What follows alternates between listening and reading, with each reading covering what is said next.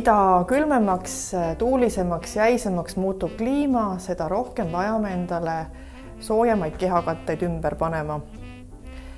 Täpselt sama toimub ka meie näonahaga. Kui suvel armastasime kasutada kerge fluid ja koostisega kreeme, fluide, siis nüüd talvisel perioodil jääb sellest väheks. Väga oluline on, et päevased kreemid, mida kasutame hommikuti, oleksid kaitsvad ja niisutavad ja mis ei sisaldaks liigselt vett.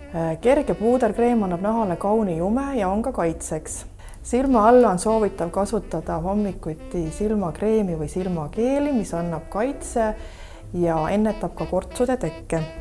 Kindlasti enne uinumist vajab meie näonahk korralikult puhastamist, nii meigipiima kui meigiveega, mis siis tuleks valida vastavalt oma nahatüübile.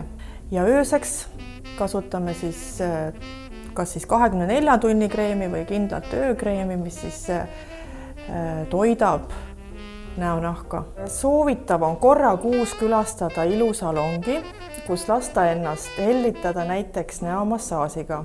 Mitte miski ei anna suuremat emotsioonide efekti kui lõõgastus kosmeetiku käte all. Tõestatud on, et nendel inimestel, kes külastavad korra kuus ilusalonge, nendel inimestel on insulte vähem. Mina soovitan talvisel perioodil nautida Sottise näohooldust Beauty Garden, mis piisavalt niisutab, toidab ja kaitseb teie nahka. Ootame teid Heera salongidesse seda hooldust nautima.